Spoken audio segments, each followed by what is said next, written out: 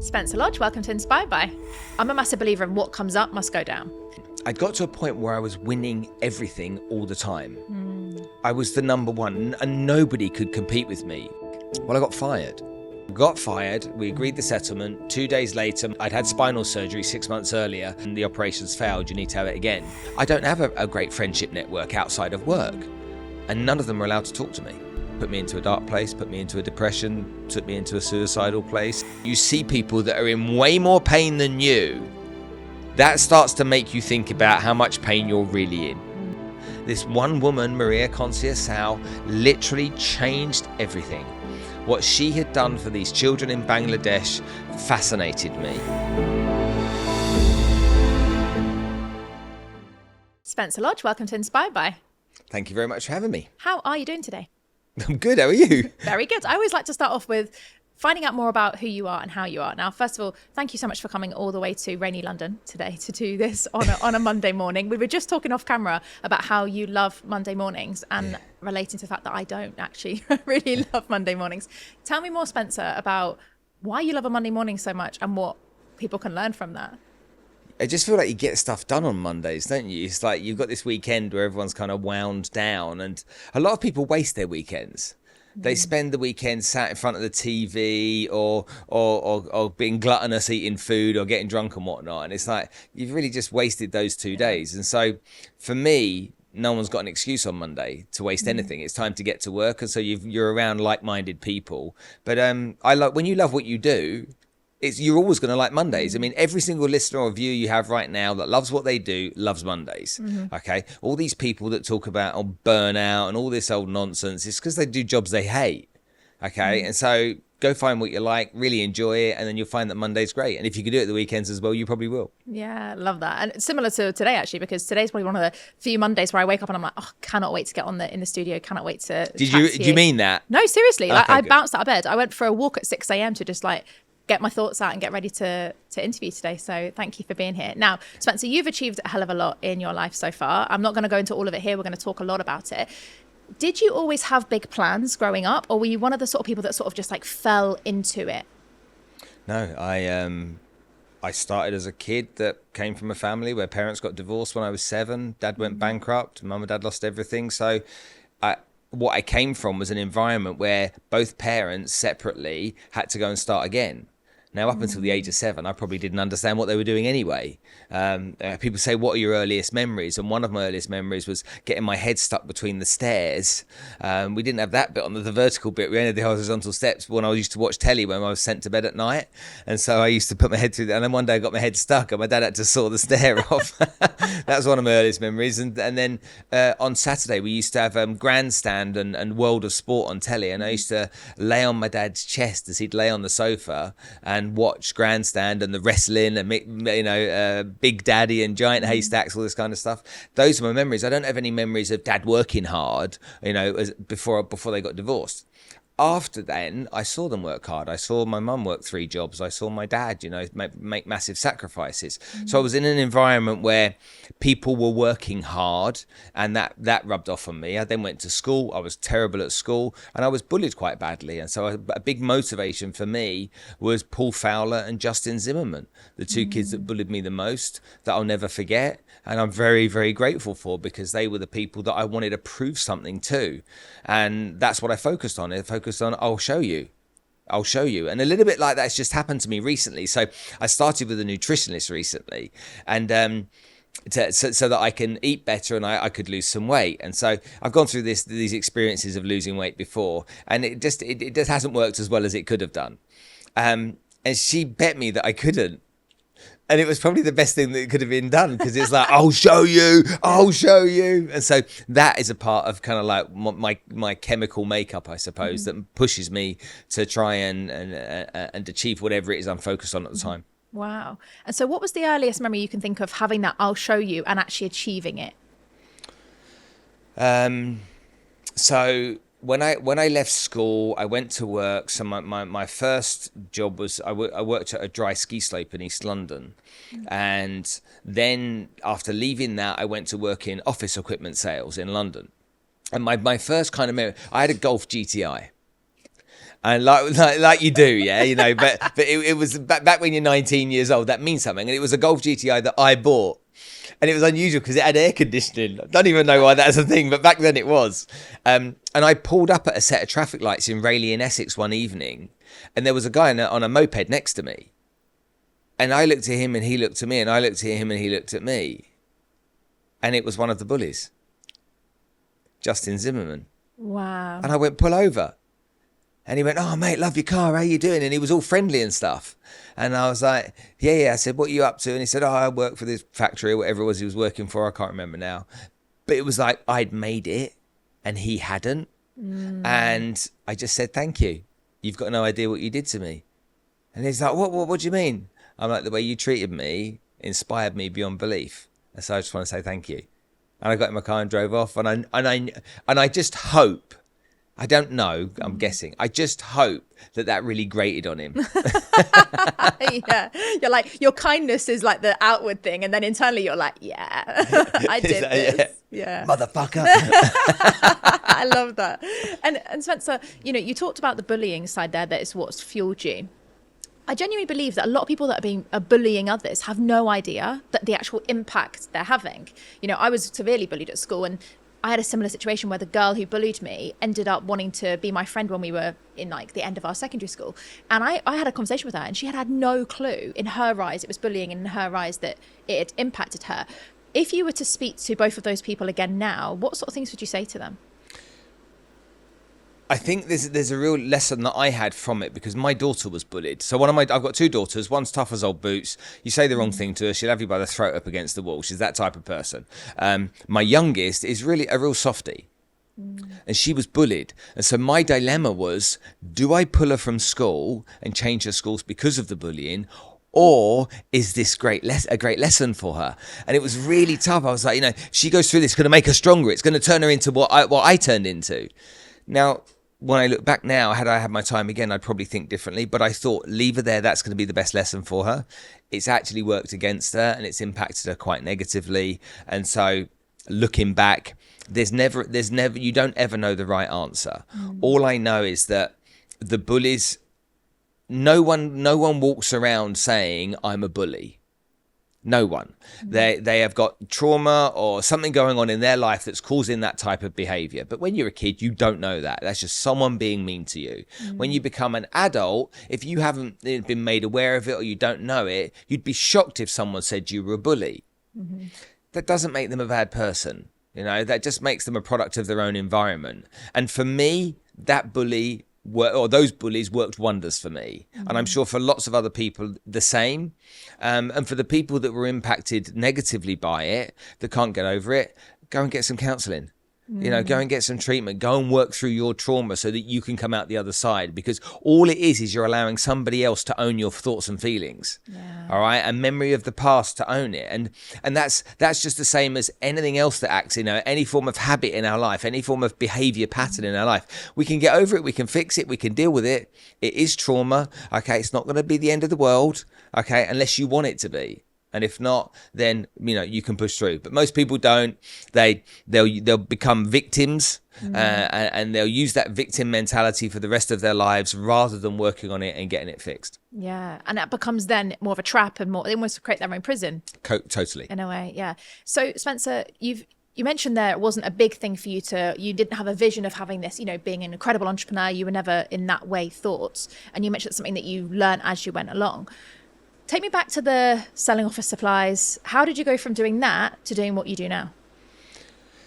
So I was selling office equipment in London. I loved it. Like, it was like the most amazing job ever. Every day we would have to start work at 6:15 for training.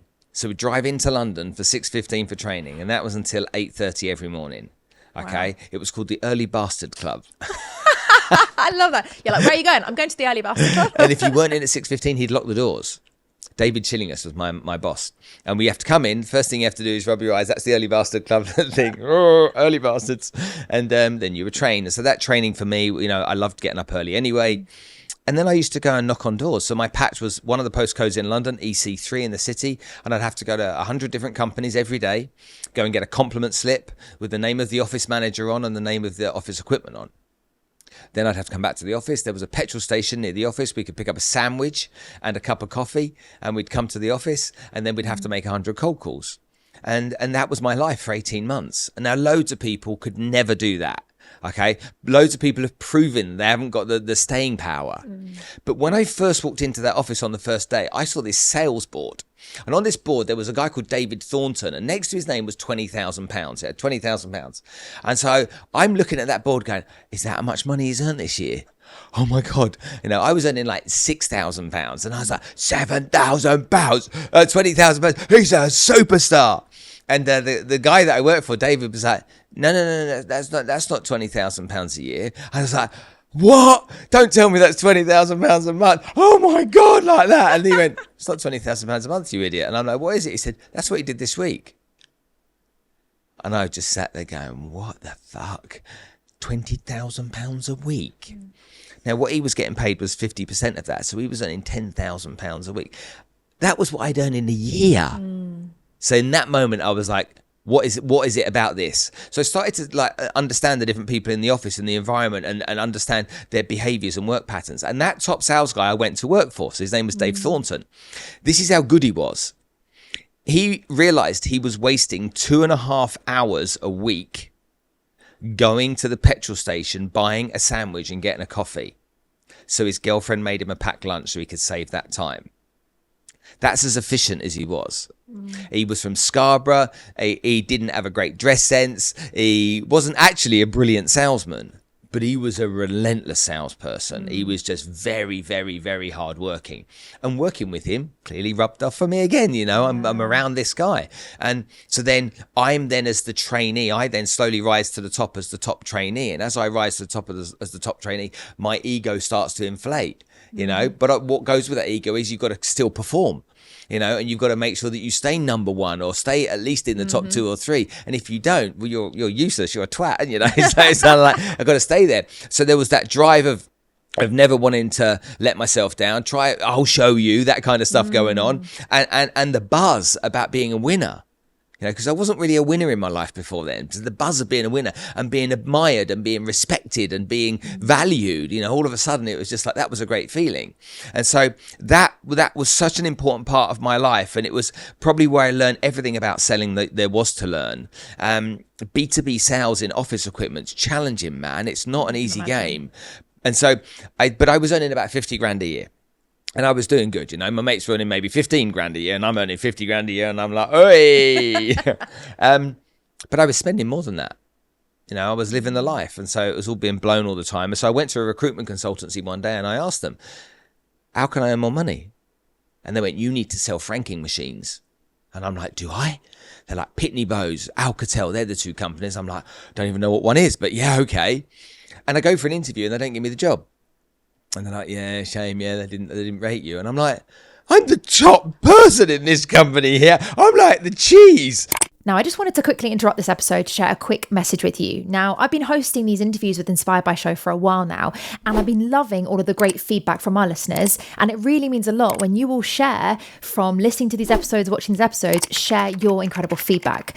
And I love that you love it as much as we do. Now, my mission for the Inspired by Show is to inspire others to challenge the norm, share their story, knowing that it's okay to be vulnerable and, shock horror, take the mask off and be raw and real. So I have a favour to ask.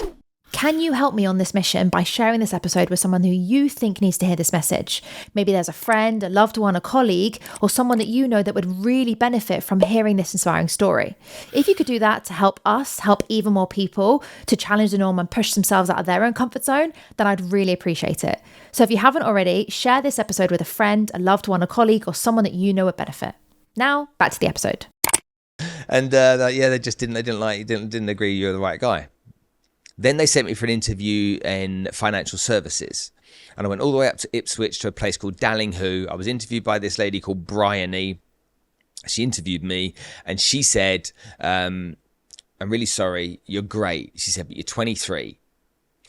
We can only take people from the age of 25 because you're going overseas and stuff. And so come back in 2 years. And I went home that night, sat at the dinner table with my mum. I'm like, they wouldn't give me a job because I'm too young.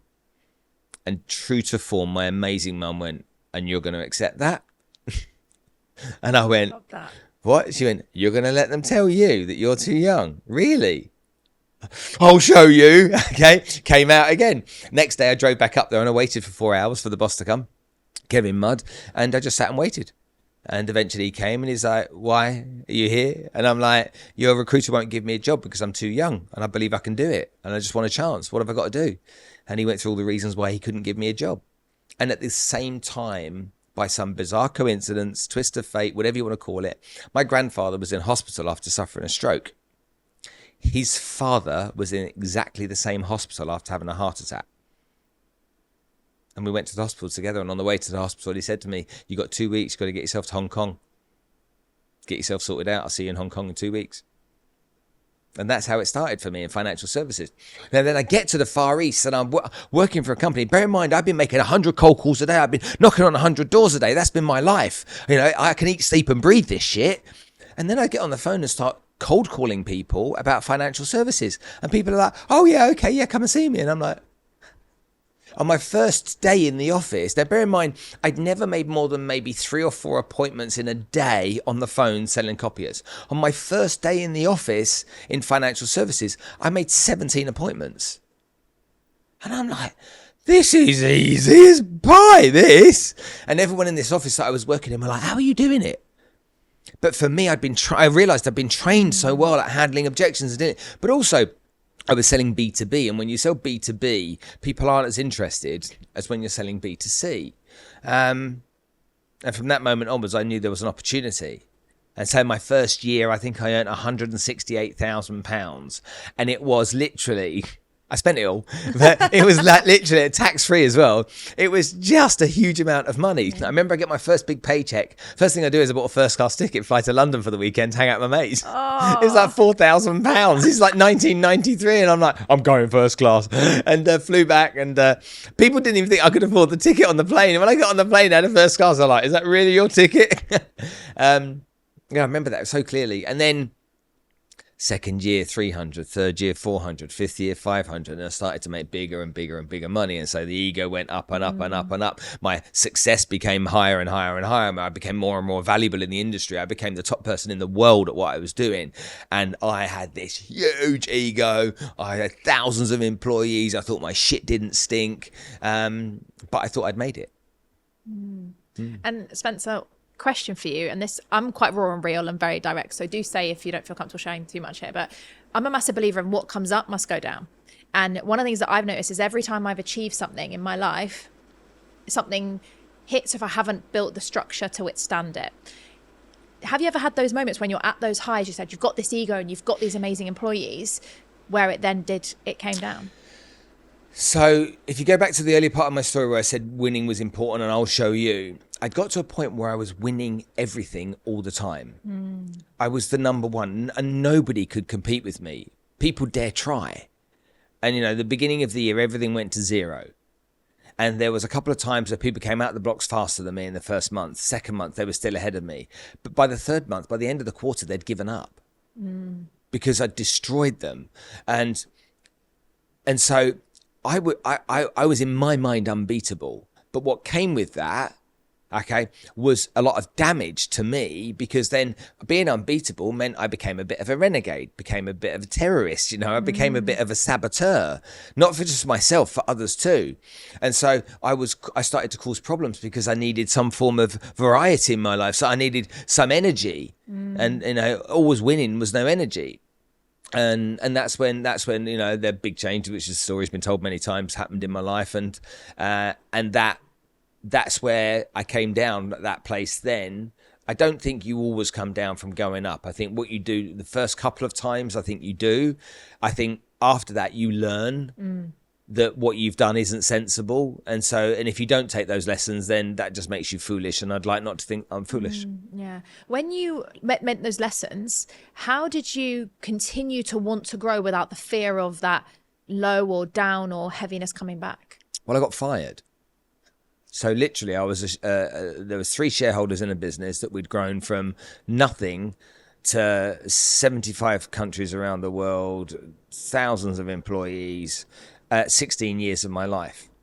But because I became such a pain in the ass, it was like one of us had to go. And clearly it was going to be me. And there's a horrible story around it, to be honest with you, because rather than do it where you sit down around the table and work sensibly through it, there was a campaign that was set against me. My kids were followed, private investigators taking photos, there was bullets sent in the post, there was setups done, all kinds of stuff was done. People followed me, or like really weird stuff. And I knew exactly who it was, and the person, if he ever listens to it, he knows exactly what he did. And I hated him at the time for it, hated him for doing it to me, but it was his way of trying to get me out of the picture. And I look back on it now and probably, I deserved to be put out of the picture anyway. So I'm not going to portion the blame onto somebody else. But that sent me into a very dark place, because I was paid for a year not to work. So I was on gardening leave for a year. And at first that was a great idea. But what happened is I got fired. We agreed the settlement. 2 days later, I'd had spinal surgery 6 months earlier. 2 days later, I got a call from the hospital saying, we've done your MRIs and I checked your MRIs again and the operation's failed. You need to have it again. And that's the first time I'd ever been in hospital, and I'd been there for 3 weeks after having spinal fusion surgery. So that was a real blow to me as well. And then my partner of 7 years, 2 days later, said, don't want to be here anymore. And so I had these three things happen in the space of a week. And then this gardening leave. And so I just went, remember what I said at the beginning, anxiety, sitting around not doing anything. I was paid not to work. And so I went deeper and deeper and deeper and deeper into depression, because not only couldn't I work, all of the people in the company for years had been my family. I lived all over the world. I've lived in 10 countries. And so I don't have a great friendship network outside of work. And none of them were allowed to talk to me. So all these people that I thought were friends of mine, even the wives couldn't talk to my other half and all that kind of stuff. And it was just like, it was horrific. Put me into a dark place, put me into a depression, took me into a suicidal place. And other people have been on that journey too. And that's where it sent me. And it probably took 6, maybe 8, I don't know exactly, because it's not a black and white thing, years to recover. And all the way through that period, I didn't know who I was. I was just lost and empty, and would work on something and try and get energized by it, and it meant nothing, and it was valuable. And then I got my mojo back, and I started to build my businesses that I own now. And as I built those, I was just like, I don't want to do this. And so Danielle, my business partner, I said, look, she was working for me at the time. I'm like, do you want to run the businesses? And she said, yeah, I'd love to. And she said, one condition. She said, you give me back your car park pass. And I'm like, why? She said, because I said, you've got a car park pass. She said, I know. She said, but with a car park pass, you're going to come to the office from time to time. And because you own all of this, people are going to come to you. You need to give me a chance to run this. And if you give me a chance to run it that way, then I'll do it. She goes, I'll speak to you twice a day. I'll tell you everything that's going on. I'll report to you. We'll have great communication. But if you come in the office, everyone's just going to come and ask you questions. You're the final decision maker. We all know that. And so give me a chance to do it. And so I did. And I didn't do it reluctantly. I did it willingly. But that just alienated me even further. So now I've built businesses and I've moved away from them. Now, who am I? What do I stand for? And then I built a sales training company. But I found that deeply, deeply depressing, because when you train your own employees, that's one thing. When you train the employees of other companies and that company's paying, the employees don't want to be there. And I have no power, no control, no influence over them apart from this training. They're not answer to me. And the companies are spending all this lots of money on training, and it wasn't working. And so then I looked into the leadership training, because the leaders weren't being trained either. And so I was like, I need to train the leaders. And it's actually, I need to train the CEOs. But none of them want to take responsibility. Well, it's not my fault the sales team isn't performing. I'm like, well, whose fault is it? So that I became quite disillusioned with that and stopped doing that. Then I started the podcast. The podcast was something I didn't do. I was asked to do it for a year. No, I'm not doing it. Bloody load of shit. Who wants a podcast? Don't even know what one is. And then when the podcast was started, I then had the opportunity to start meeting people. And it was a big part of my salvation, the podcast. And here we are, I don't know, nearly 300 episodes in, and just with wonderful human beings in my life. Wow. So many things I want to ask you about that, Spencer. So quick thing, I want to just talk about the mental health, mental illness aspect of this, because I've interviewed so many people on the show here and also when I run events, and I've seen constant consistency around people with success. Usually there's some sort of mental health challenge they've either experienced or currently going through it. I mean, I've lost count how many people have been on that couch and said they've struggled with depression, anxiety, or suicidal thoughts. From all your interviews you've done on the show, have you seen a connection between entrepreneurship or success and mental health? Yeah, there's a real connection. It's meaning. That's what it is. And you know, Viktor Frankl wrote a book called Man's Search for Meaning. It's probably one of the most influential books I've ever read. He was in Auschwitz, in the concentration camps. His wife, he didn't realize until right at the very end, was in the camp next to him. But he was analyzing everybody, and meaning and purpose is so important. Men and women don't understand each other. Okay, they just don't. You know, I'm married, and I don't understand you and you don't understand me, and we keep trying to get each other to understand. You know, my wife will always say to me, "Tell me about this, tell me about that," and I don't want to talk about something until it's done. You know, if I'm going through something with work, okay, a client, a project, or something, I'm not interested in discuss. My brain's going like this. I'm like, I can't disseminate half of it for you. I can disseminate all of it, but only when it's done. Stop asking me about it. Well, I was only asking how your day was. And so, you know, who did you interview today? Tell me about how the interview went, okay? I'm like, well, so meaning is important. So what we attach meaning to in our early parts of our career. Women wear shoes with the red bits on the bottom. What are they called? Christian Louboutins. Okay, they cost £1,000. Okay, because they're painted in red on the bottom. Does it make them better? No. It makes them shoes with red bits on the bottom. Yeah, I have 2 daughters. I bought a pair on Friday. I know exactly how much they cost. Okay, handbags from £500 to £50,000. Okay, does it make you a better person? No. Does it carry more? No. What does it do? It's just some possession that you've bought. And we get sucked into this, making money and then spending money on things that give us validation. You know, you'll notice now, okay, I am the most underdressed person ever, anywhere, okay? I'm not interested. If you tell me I've got to wear this all day, every day, I'm fine. Okay, I think this is Lululemon. I like it because it's stretchy and it's nice. Okay, these are stretchy, and I don't know why, but I got into wearing Jordans recently. But not like I'm spending £1,000 on a pair of shoes in it. Why do we do it? Okay, there's something missing in our life that means there's some issue that we've got in our life. There's some lack of something in our life that means that if I carry a Hermes Birkin bag, I'm better than you. If I drive a Ferrari, I'm better than you. Okay, when I get on the plane and I turn left, I'm better than you. Okay, oh no, I need to go in first class because I need to sleep on the plane on the way home. Okay, because that's important to me. I'm better than you. What are you going down the back for? You know, one of the greatest levelers for me getting onto first class one day was getting on the plane, and there was a boy with his dad, an Emirati man with his son in front of him. His son was yay high, and as he got on the plane, the son looked at his dad, and his dad looked at his son and said, "What?" He said, "Daddy, why are all these people on our plane?" Wow. I was just like, okie dokie. You're living. But it's like, why are we attaching so much value to material possessions? When you find the people that actually then have the money don't see any value in them. Okay, it's like some countries you wear your wealth to demonstrate. Okay, the UK, it's a place of new and old money. Why is this wearing of wealth important? You know, why does it matter? What does it signify? You know, if you've got a big diamond or a little diamond, what does it matter? The person that bought you that engagement ring bought it with love. They didn't buy it so that you could go, "Hey everyone, I'm better than you." That's to demonstrate love. Okay.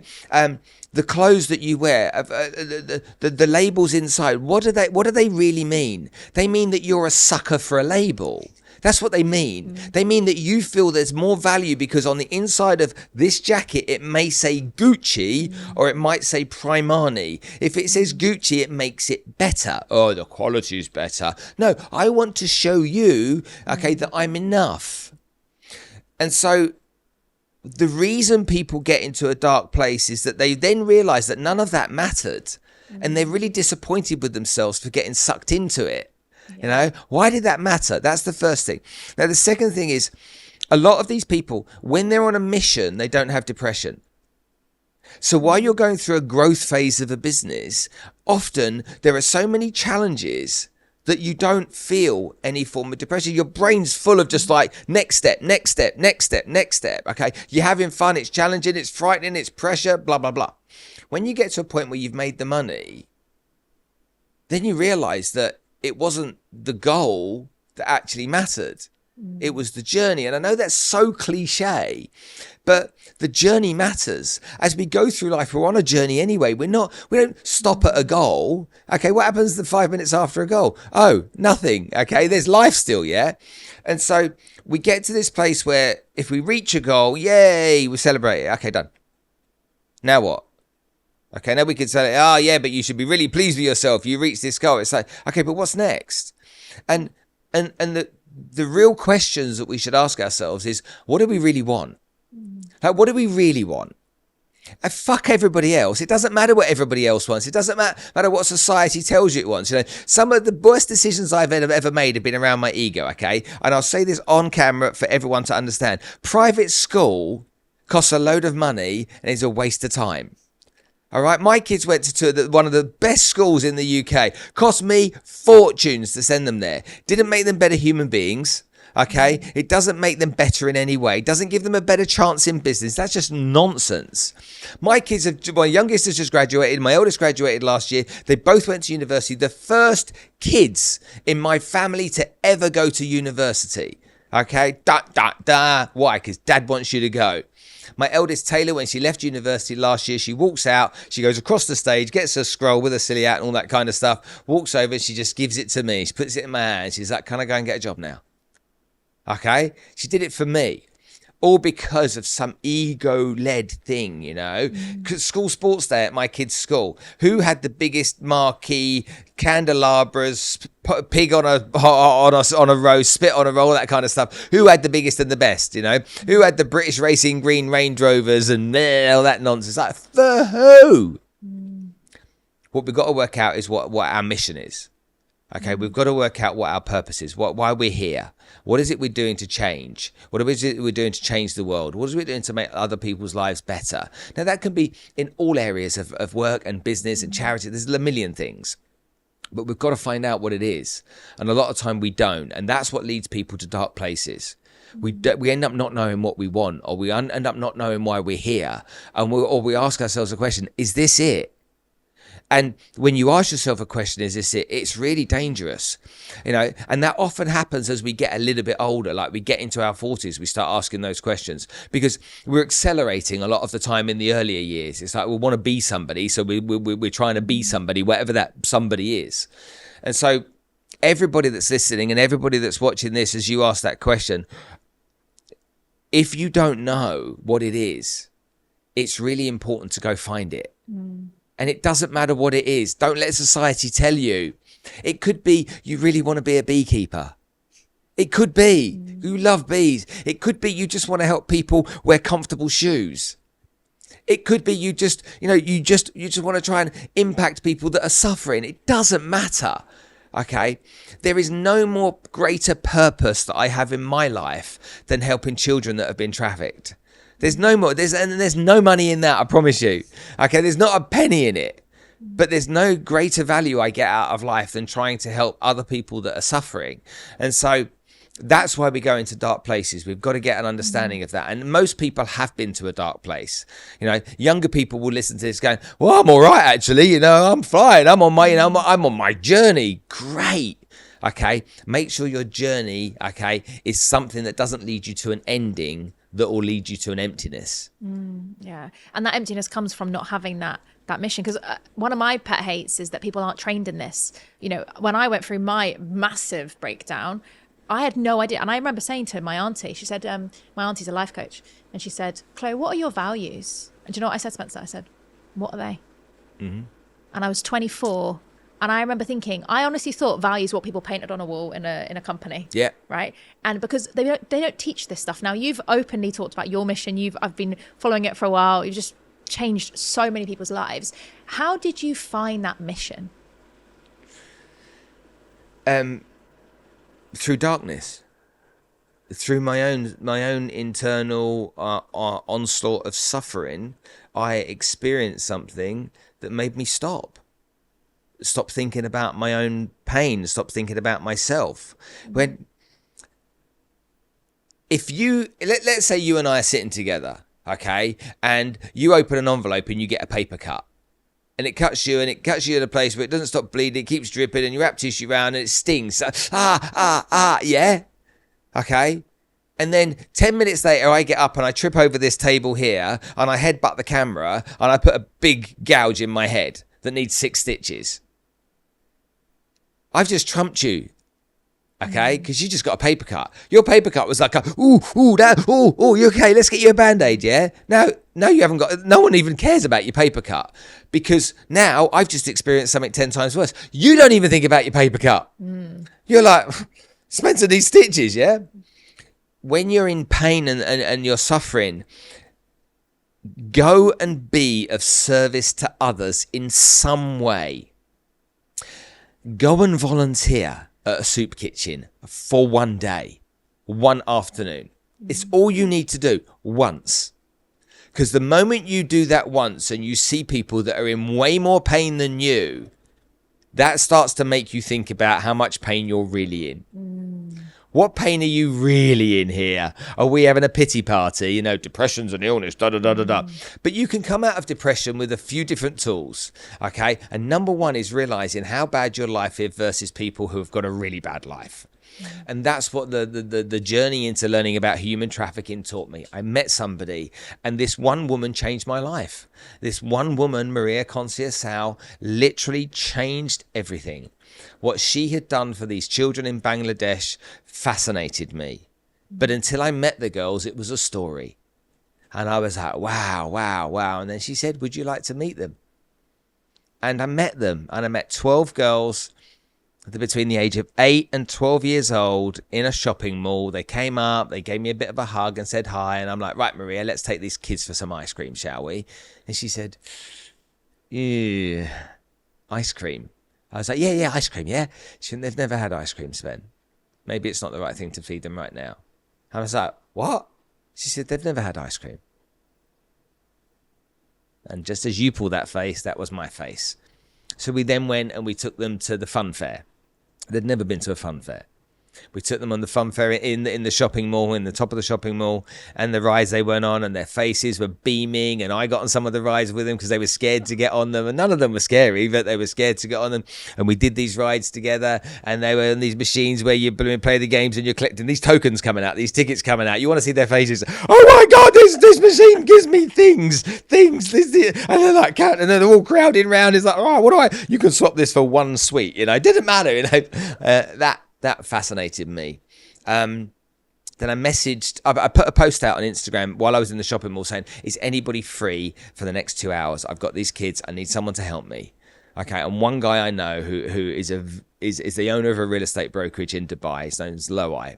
The company's called Provident Real Estate. He messaged me. He said, what do you need? I said, I need 2 hours.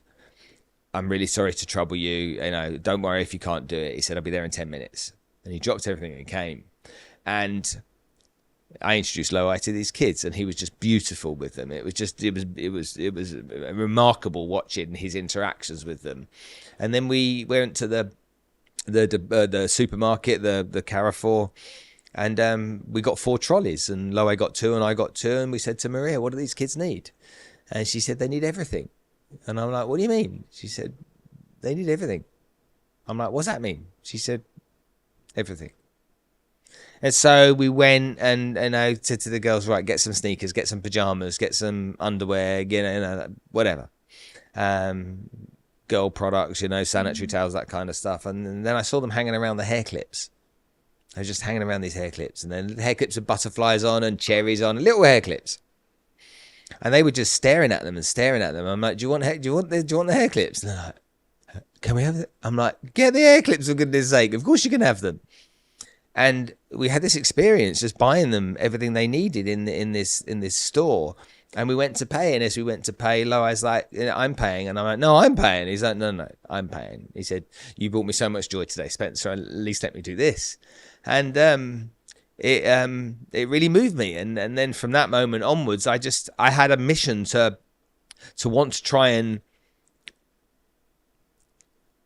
let them experience less suffering. Let them be in less pain than they'd been. You know, these girls in Bangladesh, when they're 12 years old and they have their first period, they can be married to men that are 30 years old. And they have no choice. They live in the slums. They have no choice. And I don't want that. I want them to have a future. And the small part I've played in their lives, they don't realize the massive part they played in mine. And we're still very close now, and we see them, you know, because whenever I see them, they're like the single best antidepressant. Whatever the pills were in the 60s, the uppers and downers, let's say the upper, they're an upper for me. I see them and I have my lunch with them or my dinner with them. Whenever I see them, we go to a little cafe, whatever they want, and it's like an injection that goes in and gives me this boost of gratitude. And it taught me, I always thought gratitude was woo-woo. Yeah. Okay, and I don't like woo-woo. I hate all the woo-woo nonsense. I hate the woo-woo bullshit. I hate the LGBTQ bullshit and nonsense. I hate all this non-binary bollocks. It's just that I hate all that crap. Okay, I care about is real, and so I learned that they allowed me to experience gratitude, and so then I learned that I had to focus on gratitude to heal. And by remembering that I was grateful, it reminded me not to focus on why I wasn't. And that was just my way of managing that process. Wow. Now, a lot of people have massively eye-opening experiences like this, Spencer, but not everyone goes on to make it their life mission. I know loads of people have done volunteering, and they have a great 2 weeks volunteering, and then they come back to the real world. How did you feel going back to your real world after that experience? My real world was dark.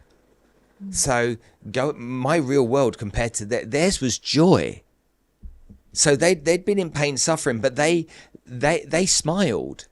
There was joy. Mine was dark. So going back to my real world was actually, that was more worrying. And if you bear in mind the levels of financial difference here, you have kids from the slums that have nothing, and I mean nothing apart from the bodies they stand in. And you have me that has this wealth. Yet I was the poorest by miles. By miles. And so I needed to be with them because they were the rich ones. I needed that to rub off on me. Wow. It's just, I find it so fascinating because most people then go on to put that wealth in and donate, you know, and I'm not saying donation is a bad thing. Obviously, we all need it. But my pet peeve, if I can, is where people just go in and just, but I donate to charity. I've just put loads of money in. And obviously we need it, but I'm a massive believer in there's more action that's needed, which is what you've then gone on to do with all the amazing work you do. Tell us more about what you're doing now to support these kids. I disagree. Okay. I think that money matters too. What I don't like is the whole kind of like not teaching them to fish thing. Okay, I think you need to teach them. And so education is critical, but a lot of the time education requires money. You know, when Maria first decided to raise money for the girls, she wanted to build a school to teach them English in Bangladesh. Only a small school, but if she taught them English, she could then bring them to Dubai because they could go to school in Dubai. So she had to get that first step. The first thing she did is she Googled how to raise money for charity. And the first thing that came up on Google was climb Mount Everest. Now, this is a woman that's never stepped foot in a gym. And now she's going to climb a Mount Everest. This is the biggest mountain in the world. And the psychology around it is phenomenal. I've just said, and I've emphasized, Mount Everest, biggest mountain in the world to you, yeah? We're both getting the kind of size scale, yeah? For her, obstacle to help the kids. Wow. If I get over this obstacle, I can help the kids more. So her brain is tuned into, I better get over this obstacle. Most people, it's biggest mountain in the world, terrifying, I could never do that. She broke her first Guinness World Record, became the first Portuguese woman to climb Mount Everest, and that started her journey. And so that was raising money. So then she Googled again how to raise money. So she's climbed all the mountains now. She's been to the South Pole, the North Pole, the English Channel. She's done it all. 8 Ironmans in 8 days, in 8 weeks, in 8 countries, 8 marathons in 8 days, in 8 countries. Mad stuff, yeah? Mad stuff. This little Portuguese lady. But for her, each of these challenges is to help the children. I get it. For me, it's big. So she needs the money to do that. So the money's important. And if you gave her $10 million today, it would go a long way. So that's one thing. The second thing is, I think that giving money is easy if you've got it. And those girls need money. But they also need love. And they need empathy and compassion and kindness and play and joy and challenge. Okay. And that isn't always money. And so I think that when you bring all of those ingredients together, you can do so much great work. So fundraisers are important, but getting stuck in and doing stuff makes a difference. And that's why I spend time with them. And that's what led me onto this whole journey about this documentary. I started the podcast and then I was given the opportunity to do a documentary. They wanted to go in one direction. I wanted to go in another. They're like, you can't go down that road. It's dangerous. You can't do that. It's dangerous, Spencer. Human trafficking is dangerous. You'll get death threats. Your family might get threatened. This is danger. And I'm like, it's the only path. I can't do the other stuff. This is what matters most. And so then we made the documentary because I wanted to learn about trafficking, how big a problem it was. 500,000 children go missing every year in America. Disappear. 95% of them are never found. 74% of all porn videos have trafficked people in. Young girls been trafficked. I was walking through the red light district with a girl that had been trafficked. Nearly every shop window in Amsterdam had trafficked people in. It's big business. And they get sucked in lots of different ways, innocently or under threat, or they're in the foster care system and they get preyed upon. All kinds of things happen. And recently there's been a movie come out called The Sound of Freedom, which is Tim Ballard. And The Sound of Freedom is all about human trafficking. In the first scene in that movie, which is a documentary of his life, there's a man in America that has a son and daughter, and a photographer comes up to him one day and says, your kids are gorgeous. Okay, they're great television celebrities. We're running auditions this weekend. If you'd like to come to the auditions, we'd like to do some auditions. Loads of kids going to be there. There's some television advertising opportunities that, go and put something nice on them. Okay, get their hair done and whatnot and get them down there. You might have a chance. So dad goes home, talks to his wife. Wife says, that sounds really excellent. Okay, we'll go down together and do it. Puts the best dress on the girl, and puts the best outfit on the boy. Go down to the studios or the place they're supposed to meet for the day. And they're like, yeah, just leave the kids here with us today. We don't want the parents around. You know what the parents are like. They'll get involved, bitching and moaning and all that kind of stuff. So what we like to do is allow the kids to be together, and then we will do the recording and all that kind of stuff. So dad's like, okay, fair enough. They say, come back at 4:00. Dad goes off, has lunch, comes back at 4:00. Everything's gone. Everything. The signs, the people, everything's gone. It's just a warehouse now locked up. His children have disappeared. Never to be found. And this happens in huge numbers all over the world. Millions and millions of kids are abused, trafficked all of the time. Millions of kids, young people, all the time. And so I wanted to learn about it. And I wanted to find heroes. And Maria obviously is one of my heroes. Hannah in Nepal is another one of my heroes. In her community in Nepal, the Badi community, every child at the age of 8 years old becomes a prostitute. Every child. They don't know any different. But Hannah was one of them that went, no, fuck you. And she ran away. And she set up a foundation when she got a priest to help her. He then got cancer and he prayed to God and said to God, if you get me through this cancer, then I'll give my life to this community. And so he recovered from cancer and he gave his life to helping the community. And while we're filming in Nepal, this whole story with Hannah, this beautiful woman, We get a call from the Prime Minister's office. They want to meet us. And I'm like, are we filming here without permits? Are we going to be in trouble? Prime Minister's office meet us. They chat to us for about an hour, all very nice, but nothing in particular. The next day, the President's office contacts us and says, the President wants to meet you. And I'm thinking, President of a TV station. It was the President of the country. And we were asked to go to the presidential palace and film the interview with them. So we interviewed the president of the country, and the president of the country in Nepal, like India, you have a caste system. There's 126 castes. The president's up there at the top. Hannah and her community are below the bottom caste. They're the dust of life. Never do the two meet. Her community aren't even allowed to go to school. Never the two should meet. And the president, there was a female, the president took Hannah, gave her a hug, put her head against her breast and said, I'll fight for you. And we filmed it all. It was one of the most remarkable things I've ever seen. And all because this one girl said, no, fuck you. I'm not going to be treated this way. And she stood up for what she believed in. And so these stories I learn. And while I'm learning these stories, I'm just blown away by these people that are just doing such amazing work. And so again, selfishly, injection in the arm, gratitude. Selfishly, okay, it's my wonder drug. But also I need other people to feel it. Hence the reason for making a documentary.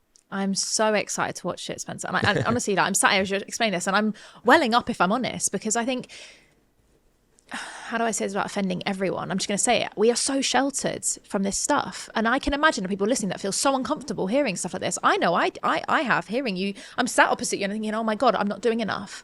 And I think that the challenge we've got in the world we live in is so much is sheltered and shown the shiny self, you know.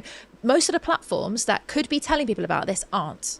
And, you know, when you mentioned the whole stats about how many go into porn or go into places like Amsterdam, my observation is a lot of people think it's okay, like they're choosing to be there, you know, oh, but it's regulated in the Netherlands, you know, of course it's allowed. And I think there's a lot of re-education that needs to come through this. What have you found on your journey of trying to share this message? Has everyone been open to hearing it? Have you had any of those people say, you don't know what you're talking about, you shouldn't be talking about this? What's it been received like? It's interesting, you know, because I don't give a fuck. I really don't. Okay, if someone's sitting watching on their laptop, okay, or on their phone porn, and they're knocking one out, a man or a woman, and there's a 75% chance that person they're watching has been trafficked, enjoy. I really don't give a fuck what people think. I don't care if you don't like it. I don't care if you're uncomfortable about it. It's real. Okay, it's real. Do you know it's happening in London right now? It's happening in Coventry right now. It's happening in Norwich right now. Every town and city in the UK experiences it. It's under your nose. Okay? Go to these places in America where the Asian ladies are all doing your nails, your pedicures and your manicures. You see that, yeah? How many of them are trafficked? There's people that are being trafficked in every city. Now, people that push back against it, you're an idiot. Because there's evidence and there's facts. Now, what I don't like is that I interviewed a lady called Anneke Lucas, and Anneke Lucas was from Belgium. When she was 6 years old, her mum sold her into a paedophile ring from the age of 6 to 11. So every weekend, her mum would drive her to a place where she would have sex with men. But not just any men. Politicians. The finance minister. What you got to understand is that when you have so much money that you can do anything you want, it's easy to get bored. So let's say you are in a heterosexual relationship, you've got all the money you need, okay, and you want to spice it up a bit. Well, you go into maybe costumes, outfits, role plays and everything else. Then maybe you bring somebody else in. Okay, maybe you have a threesome, maybe you have a foursome, maybe you have group sex, maybe you swing, okay? Now you start looking at women, okay, the young attractive ones, not the middle-aged ones, okay? The young attractive ones in their mid-20s. Oh, maybe I'll have one that's in their early 20s. Maybe I'll have one who's a teenager. Where does it end? And for these people, these very, very wealthy people, where does it end? You know, Jeffrey Epstein's a great example of it, and others. Where does it end? You know, and people have their fetishes and their fantasies and all that kind of stuff, but where does it end? When you literally can do anything you want, you think you're above law and above power, where does it end? And so I don't care. I really couldn't give a rat's ass of the people that resist this. I know, I've been on the journey. I've seen with my own eyes. I've traveled around the world. Okay, I know it's as prevalent in England as it is in Spain, as it is in Holland, as it is in Russia, as it is in Nepal and Bangladesh and everywhere else. All right, everybody has a chance to make a difference. And the one way we fix this, okay, the one way that we fix this without a penny, okay, is if everybody decided to do one thing, and that one thing was to be really kind to one person.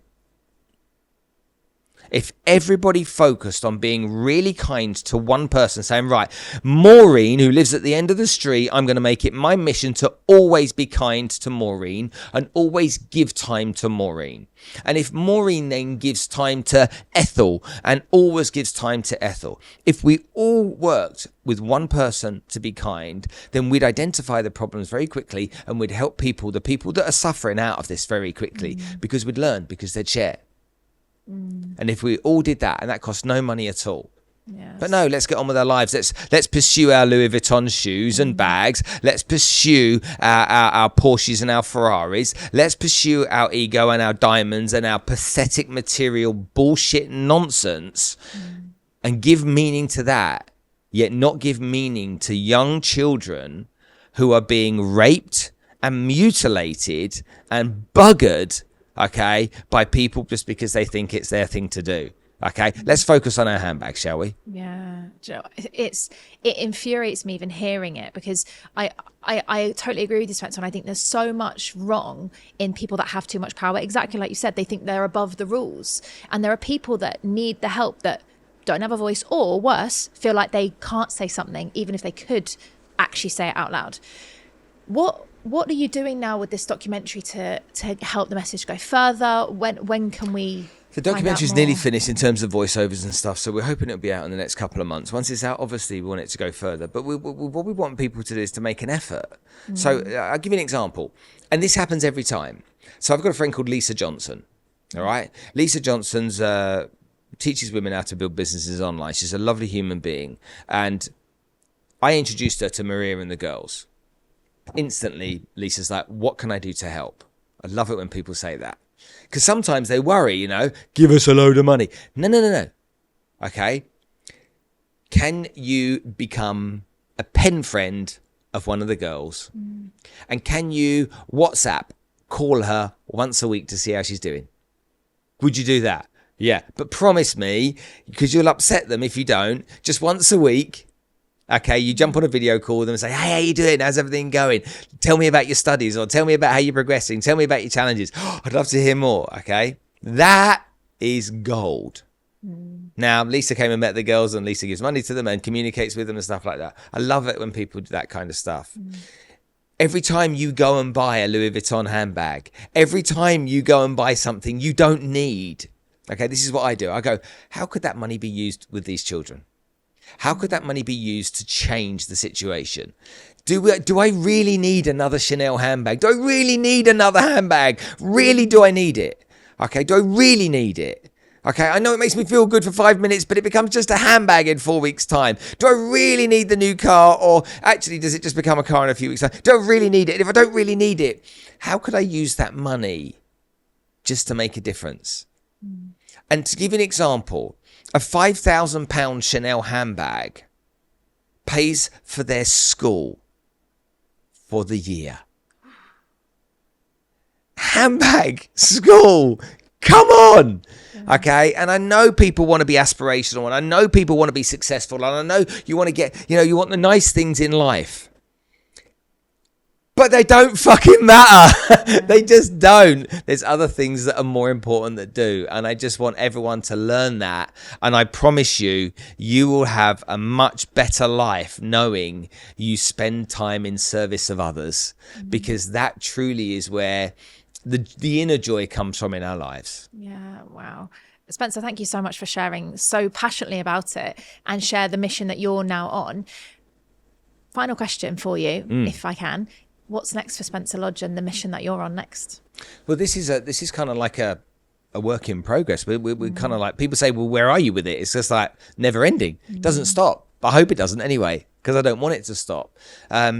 I think that, people don't understand so much about my business life and whatnot, but I own a bunch of companies, and those companies are doing well, and one day they'll be sold. Once they're sold, then we will then full-time spend our time. I want to encourage, and my focus is encouraging people to do good. So, for example, we're going to Rwanda in November to build a playground in a school.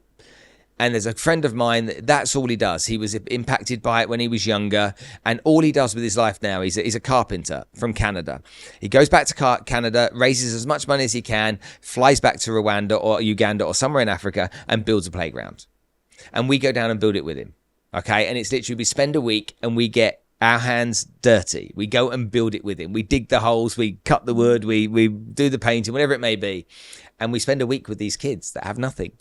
And we were in Rwanda last year, and we just spent a week at this school. I got told off because I went. The kids were playing football with these fishing nets with plastic bags inside, and I went and bought some footballs. And so I bought the footballs, and we started playing football. And the headmaster came out. He goes, "The kids have got exams. You've been playing football for 2.5 hours. Can they get back to studies?" And I'm like, "Oh, I'm really sorry." But we have such a wonderful time having an impact on these kids that have nothing. We have everything. If you live in England in a council flat on social welfare and child support, you have their dream. Those kids from Rwanda, what you've got is their dream. Okay? Your worst day ever, okay, isn't even close to their best day ever. All right? They dream of your worst day. All right. That's the reality of the situation. So we go and do stuff like that. So I want to encourage more people to come and do that with us, please, because getting involved is a life-changing experience. You come back, okay, you're buzzing, you're on fire, you've connected with these children and these communities, and you come back and you feel like a better human being. You feel like you're a happier soul. Okay. You're thankful for what you have and what you were able to do. And so for me, it's like, you don't need to go to Marbella. Fuck Marbella. All right. You don't need to go there. Go to Rwanda and go spend a week there. I promise you, it'll be cheaper. You won't get drunk, okay, and you'll be more fulfilled, okay. I promise you that. So I want people to do more of that. I also want people, whenever they hear this story, to reach out to me and say on an Instagram message, just to me, all you need to write is, "Spencer, how can I help?" And I will personally have a conversation with you and tell you what you can do to help. Now, that might be stuff you could do from a distance. It might be stuff you could do locally. Okay. But how can you help? So all I want you to do, and Spence, I'm willing to help. Okay. I've got an hour a week free. How can I help with that hour? Okay. And I'll tell you what to do. So just message me and I'll point you in the right direction. Oh, thank you so much. And I will chat to you about this off camera, but I would absolutely love to help as much as I possibly can, Spencer. It's been amazing. And I'm tearing up even still thinking about what you've been sharing. So thank you so much. You've been one of the most inspiring guests we've had on the show so far. Oh, thank you. And I'm not just saying that because you're sat here. Like, your mission is just amazing and so inspiring. And I think from someone who is female and has heard of these stories, it's heartbreaking. And so thank you so much for sharing so openly. I love that you don't give a shit what anyone thinks about it, because I think it needs to be said. Now, you've been so inspiring on our show, and we always end the show with one final question. And the reason you're here is because of this question, because 2 of our incredible guests have come on the show, Ellie Mackay and Christina Robinson, and recommended you as an inspiring guest to come on the show. So thank you for both of those, because you wouldn't be here. Spencer, who do you know that has an inspiring story that we should have on the show next? In person or online? Either. Yeah. You must have Maria Conceição on your show. She's the most inspiring person I've ever met in my life. So without a doubt, she's one of the most incredible humans you'll ever meet. I can. Each of them, you can have Hannah. Have Hannah on the show as Hannah, Lena, who was from Bulgaria that was trafficked. Hannah and Maria have done such incredible work to change the lives of others. That each one of them would be a knockout, would be an absolute knockout. And I'd gladly make those introductions for you. Thank you so much, Spencer. And that would be my honor to help them share their message even further. Well, thank you so much for being here and being such an inspiring guest. It's been amazing. Thank you. Oh, guys, what an episode. That was absolutely incredible. And thank you again to Spencer for being here. I hope you have got as much value out of that as I did and got the inspiring messages from Spencer. He has said it here as well. Do make sure you can reach out to him directly on Instagram, see how much you could do to help him. As well, if you haven't already, do share in the comments if you're watching on our YouTube channel, what was the most inspiring thing that you got from this? And what are you going to do about that? What are you going to do to help Spencer on his mission? If you're watching on our YouTube channel or on our Apple or podcast, all the other platforms, do make sure that you register, subscribe, and follow if you haven't, so you don't miss our next inspiring guest. And I'll see you next week.